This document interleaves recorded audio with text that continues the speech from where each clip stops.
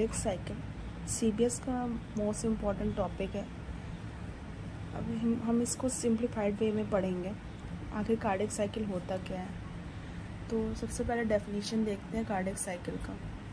तो cardiac cycle होता क्या है, एक कंप्लीट हार्ट बीट में जो भी सीक्वेंस ऑफ इवेंट्स होता है, एक बार जब दिल धड़कता है तो जो भी सीक्वेंस ऑफ इवेंट्स होता है तो उसी को हम कार्डियक साइकिल बोलते हैं। कार्डियक साइकिल में क्या, एक बार जो दिल धड़कता है उसमें क्या क्या होता है।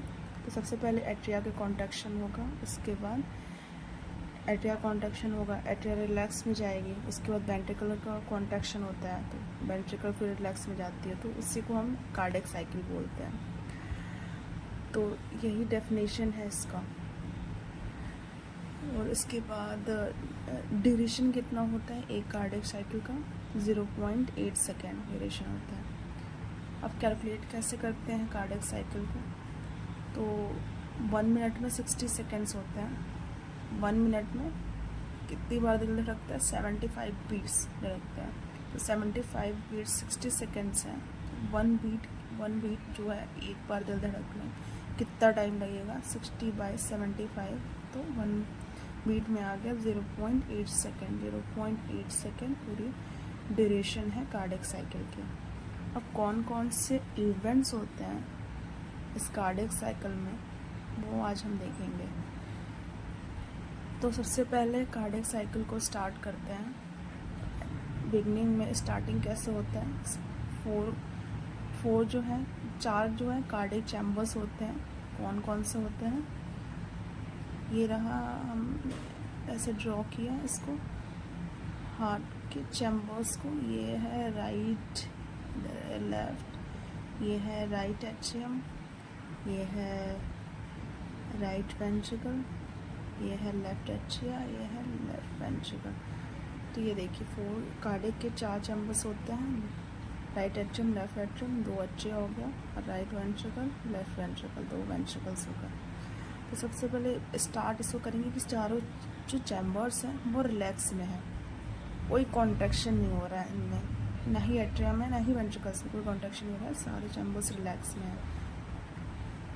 तो ए बी जो राइट वेंट्रिकल्स और राइट एट्रियम राइट वेंट्रिकल्स के बीच में यहाँ पे एक वॉल्व होता है, और लेफ्ट एट्रिया और लेफ्ट वेंट्रिकल के बीच में एक वॉल्व होता है, उसको ए बी वॉल्स बोलते हैं, एट्रियो वेंट्रिकुलर वॉल्स। वो खुला होता है, ए बी वॉल्स ओपन होता है। सारे चैम्बर्स रिलैक्स हो गए और ए बी वॉल्स भी ओपन हुआ। यहाँ पे फिर उसके बाद स्टार्ट करेंगे। अब सारे चैम्बर्स रिलैक्स में, फिर एट्रियल सिस्टोल से पहला।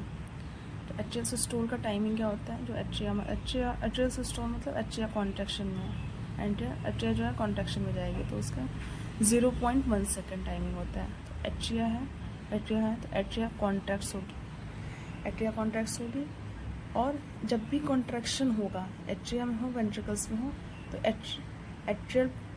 एट्रिया में प्रेशर जो राइज होगा या वेंट्रिकल में प्रेशर राइज होगा। तो यहाँ पे एट्रियल सिस्टोल है, तो यानी एट्रिया कॉन्ट्रैक्शन होगा और एट्रियल प्रेशर राइज होगा। एट्रियल प्रेशर जब भी एट्रिया कॉन्ट्रैक्शन करती है, तो क्यों कॉन्ट्रैक्शन करती है, क्योंकि वो उसको 30 ml जो ब्लड होता है, ब्लड को एट्रिया से वेंट्रिकुलम में भेजना होता है। तो एक्स्ट्रा ब्लड जो प्रोपेल्स करती है वो एडिशनल 30 ml ब्लड होता है, जो कि एट्रिया से वेंट्रिकुलम में वो डालती है ब्लड जब भी एट्रियल कॉन्ट्रैक्शन होता है। जाहिर सी बात है, तो ए बी वॉल्स खुला होगा तभी तो ए बी वॉल्स ओपन होंगे, एट्रियो वेंट्रिकुलर वॉल्स ओपन होगा तभी तो ब्लड जाएगा एट्रिया से वेंट्रिकुलम में। अब सेमीलुनर जो वॉल्स होते हैं, जो एरेटिक एंड पल्मोनरी वॉल्स होते हैं, वो क्लोज्ड होते हैं इसमें। फिर दूसरा हो गया वेंट्रिकुलर सिस्टोल, एट्रिया सिस्टोल पढ़ा। फिर उसके बाद दूसरा है वेंट्रिकुलर सिस्टोल। तो इसका ड्यूरेशन कितना हो, 0.3 सेकेंड्स।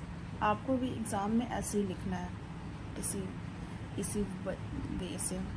तो इसमें टू मेजर फेजेस होते हैं। पहला क्या होता है, आइसोवॉल्यूमेट्रिक वेंट्रिकुलर कॉन्ट्रैक्शन। दूसरा क्या हो गया, वेंट्रिकुलर सिस्टोल प्रॉपर। तो फिर देखते हैं आइसोवॉल्यूमेट्रिक वेंट्रिकुलर कॉन्ट्रैक्शन में क्या होता है। इसके नाम से ही पता चल रहा है, आइसोवॉल्यूमेट्रिक मतलब वॉल्यूम जो होगा वो आइसो सेम होगा वेंट्रिकुलस कॉन्ट्रैक्शन में, वेंट्रिकुलर का कॉन्ट्रैक्शन होगा, लेकिन वॉल्यूम जो होगा वो सेम होगा। तो वेंट्रिकुलर का यहाँ पे कॉन्ट्रैक्शन हुआ, तो जब मैंने बताया जब भी एट्रिया वेंट्रिकुलर का कॉन्ट्रैक्शन होता है तो क्या होता है, प्रेशर राइज होता है। तो यहाँ पे वेंट्रिकुलर का कॉन्ट्रैक्शन हो रहा है तो वेंट्रिकुलर प्रेशर राइज होगा। ए बी, जैसे जैसे वेंट्रिकुलर प्रेशर राइज होता है तो ए बी वॉल्स जो होती हैं वो बंद हो जाती है और सेमी लूनर वॉल्स भी क्लोज्ड होती हैं। तो ए बी वॉल्स भी बंद हो गई। यहाँ पे बना देती हूँ डायग्राम एक सिंपल सा। ये रहा हमारा चैम्बर, ये है लेफ्ट, ये समझ में आ रहा है ना, लेफ्ट एट्रिया है और यहाँ पे लेफ्ट वेंट्रिकुलर है, सॉरी यहाँ पे राइट है, यहाँ पे लेफ्ट है। तो ये राइट एट्रिया हो गया, राइट वेंट्रिकुलर हो गया, ये लेफ्ट एट्रिया, लेफ्ट वेंट्रिकुलर। तो यहाँ पे जो वॉल्व होती हैं इन दोनों के बीच में, ये क्या होती हैं, ये क्लोज्ड होती हैं इसमें। और जो यहाँ से जो ब्लड निकलता है लेफ्ट वेंट्रिकल से भी एडोटा में जाता है, यहाँ पे राइट वेंट्रिकल से पल्मोनरी आर्टरी में जाता है। तो यहाँ पे देखिए ये दोनों यहाँ पे भी वॉल्व्स होती हैं, तो ये भी क्लोज होता है और ये भी क्लोज होता है। तो दोनों वेंट्रिकल्स राइट एंड लेफ्ट का वो एक क्लोज चैम्बर हो गया, दोनों वॉल्स क्लोज हो गया। तो वेंट्रिकल्स का अब क्या हो गया, क्लोज चैम्बर हो गया, वही क्लोज चैम्बर और वहाँ उसमें प्रेशर वेंट्रिकुलर कॉन्ट्रैक्ट करे तो प्रेशर राइज हो जाता है उसी क्लोज चैम्बर में। तो इसीलिए वेंट्रिकल्स से कॉन्ट्रैक्ट कर रहा है, वेंट्रिकल्स दोनों वॉल्व क्लोज है, वेंट्रिकुलर कॉन्ट्रैक्ट कर रहा है, लेकिन कोई ब्लड इधर से इधर नहीं जा रहा है, मतलब एरोटा में नहीं जा रहा है, यहाँ पर आर्टरी में नहीं जा रहा कोई भी ब्लड, कोई इम्पटी नहीं हो रही ब्लड की। अब सेकंड देखते हैं इसमें वेंट्रिकुलर सिस्टोल प्रॉपर। इसमें क्या होता है, वेंट्रिकुलर प्रेशर राइज होता है, इतना राइज होता है कि जो भी प्रेशर एरोटा या पल्मोनरी आर्टरी में होती है उससे ज़्यादा हो जाता है। तो उससे ज़्यादा हो जाता है तो क्या होता है, सेमी लूनर वॉल्स जो होती है वो क्लोज होती है, वो क्लोज्ड रहती हैं पहले। तो सेमी लूनर वॉल्स जो एरोटिक एंड पल्मोनरी उसको बोलते हैं, उसका नाम है, वो ओपन हो जाता है इसमें।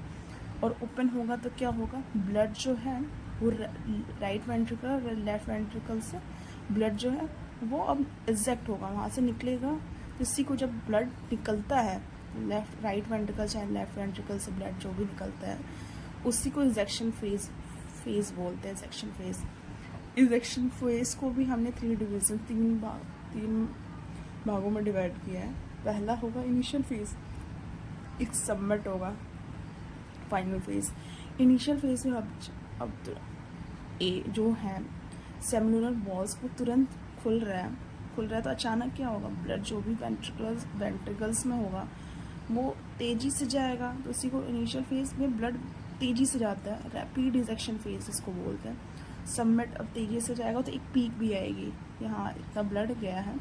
उसके बाद फाइनल फेज में अब ब्लड इतना रैपिड इजेक्शन हो गया ब्लड का इनिशियल में, तब धीरे धीरे ब्लड जाएगा। तो स्लो इजेक्शन फेज जो होता है, फाइनल फेज उसमें बाद में उसको बोलते हैं, जो बाद वाला फेज होता है स्लो इजेक्शन फेज होता है। तो इसमें क्या होता है, स्लोली धीरे धीरे ब्लड जो है वेंट्रिकल से कहाँ जाएगा, आर्टरीज में, जो भी पल्मोनरी आर्टरी है या अरोटा है उसमें जाएगा, वही मैंने लिखा है यहाँ पे। और तीसरा जो है वेंट्रिकुलर डायस्टोल। वेंट्रिकुलर डायस्टोल पहला हमने देख लिया एट्रियल सिस्टोल, दूसरा हमने देख लिया वेंट्रिकुलर सिस्टोल। अब तीसरा हम देखेंगे वेंट्रिकुलर डायस्टोल। अब एट्रिया भी कॉन्ट्रैक्ट होगी, वेंट्रिकल्स भी कॉन्ट्रैक्ट होगा। अब वेंट्रिकल कॉन्ट्रैक्ट हो गया, उसके बाद क्या होगा कार्डियक साइकिल में, अब वेंट्रिकल जो है डायस्टोल यानी वेंट्रिकल रिलैक्स में जाएंगे। इसमें 4 फेजेस होते हैं और मेजर फेजेस होता है। पहला होता है प्रोटोडायस्टोल। प्रोटोडायस्टोल में देखते हैं क्या होता है, वेंट्रिकुलर सिस्टोल एंड हो गया। अब जाहिर सी बात है वेंट्रिकुलर डायस्टोल हो रहा है तो वेंट्रिकुलर सिस्टोल यानी वेंट्रिकुलर जो वेंट्रिकल से कॉन्टैक्ट होने के बाद रिलैक्स में जाएंगे। तो वेंट्रिकुलर सिस्टोल के बाद होगा ये प्रोटोडायस्टोल। इसमें वेंट्रिकुलर प्रेशर जो है वो ड्रॉप्स करेगा रैपिडली, एट्रियल प्रेशर जो है इंक्रीज होगी इसमें। और इसमें अब वेंट्रिकल्स जो है उसकी प्रेशर ड्रॉप्स हो रही है तो क्लोजर होगा सेमिलुनर वॉल्स का। अभी तो एग्जैक्ट सेमिलुनर वॉल्स जो है वेंट्रिकल्स जो कॉन्टैक्ट हो रहा था तो उसमें खुल जा रहा था, खुल रहा था, तभी तो ब्लड का इंजेक्शन हो रहा था। वेंट्रिकल से आर्टरीज में। तो इसमें क्या होगा, जब भी वेंट्रिकल प्रेशर ड्रॉप्स होगा, कम होगा, क्लोज हो जाएंगे सेमीलुनर वॉल्स। सेकंड है आइसोवॉल्यूमेट्रिक वेंट्रिकुलर रिलैक्सेशन फेज। आइसोवॉल्यूमेट्रिक क्या अभी बताया था मैंने कि आइसोवॉल्यूमेट्रिक यानी आइसो मतलब सेम, वॉल्यूम सेम रहेगी, वेंट्रिकल्स में वॉल्यूम सेम रहेगी। यानी कुछ समझ में आ रहा है कि दोनों वॉल्स क्लोज रहेंगे इसमें, तभी तो वॉल्यूम सेम रहेगा। दोनों वॉल्स कौन सी, एवी वॉल्स और सेमीलुनर वॉल्स। इसमें वेंट्रिकुलर रिलैक्सेशन फेज यानी वेंट्रिकल्स जो है रिलैक्सेशन फेज में होगा, तो दोनों वॉल्स क्लोज होंगी और वॉल्यूम भी सेम होगा। इस पे वेंट्रिकुलर प्रेशर क्या होता है, अब रिलैक्सेशन में हमेशा प्रेशर डिक्रीज ही होगा, वेंट्रिकुलर प्रेशर कॉन्टिन्यूस, इसमें कॉन्टिन्यूस जो होंगी मतलब वो ड्रॉप होती जाएंगी, कम होती जाएंगी। वेंट्रिकुलर मसल जो है अब कॉन्टिन्यूस, अब वेंट्रिकुलर मसल भी रिलैक्स होती रहेंगी without change in ventricular volume, बिना चेंज के, इसीलिए तो आइसोवॉल्यूमेट्रिक का है। It ends when ventricular pressure falls below atrial pressure. अब एट्रियल प्रेशर से फॉल हो जाएगा, इसी मतलब वेंट्रिकुलर प्रेशर बहुत फॉल हो जाएगा। कितना फॉल हो जाएगा, एट्रियल जो प्रेशर है उससे कम हो जाएगा। अब तीसरा फेज आता है इसमें वेंट्रिकुलर डायस्टोल। प्रॉपर वेंट्रिकल का जो वेंट्रिकल्स हैं वो प्रॉपर रिलैक्स फेज में जाएंगे। तो इसमें क्या होता है, अप्रॉक्स 70% जब वेंट्रिकल्स जब भी रिलैक्स में होते हैं तो 70% जो क्या होता है वेंट्रिकुलर फीलिंग होती है पैसिवली, बिना किसी एनर्जी के जब भी होता है, तो 70% ऑफ द जो ब्लड वॉल्यूम होता है वेंट्रिकल्स में वो फिल होता है। इसमें 2 फेज होते हैं इसमें भी, पहला इनिशियल और फाइनल। इनिशियल जब भी बताया, इनिशियल हमेशा रैपिड ही होगा, तो इसमें रैपिड फीलिंग होगी। डायस्टोल मतलब रिलैक्स में है, वेंट्रिकुलर हो चाहे एट्रिया हो, तो एट्रिया वेंट्रिकल यहाँ पे वेंट्रिकल डायस्टोल है, तो वेंट्रिकल जो है रिलैक्सेशन में है, रिलैक्स हो रही है।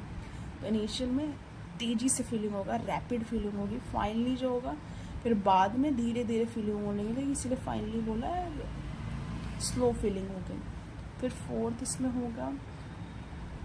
इसमें क्या है, लास्ट रैपिड फीलिंग फेज।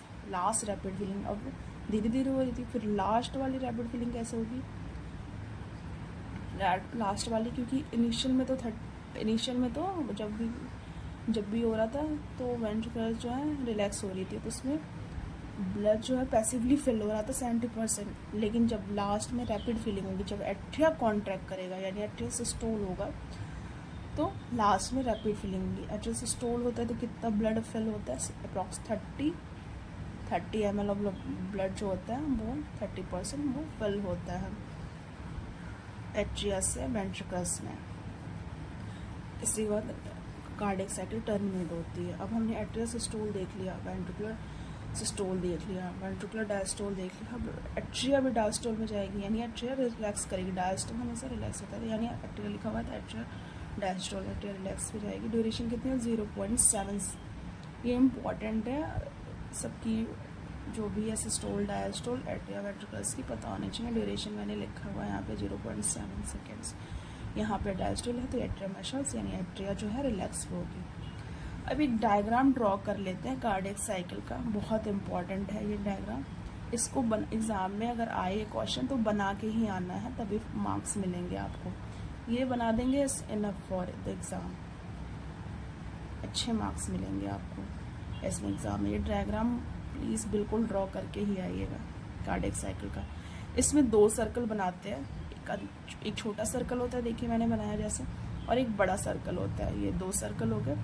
अंदर वाला वेंट्रिकल के लिए दे देते हैं, बाहर वाला एट्रिया के दे देते हैं, एट्रिया के लिए होता है, ठीक है।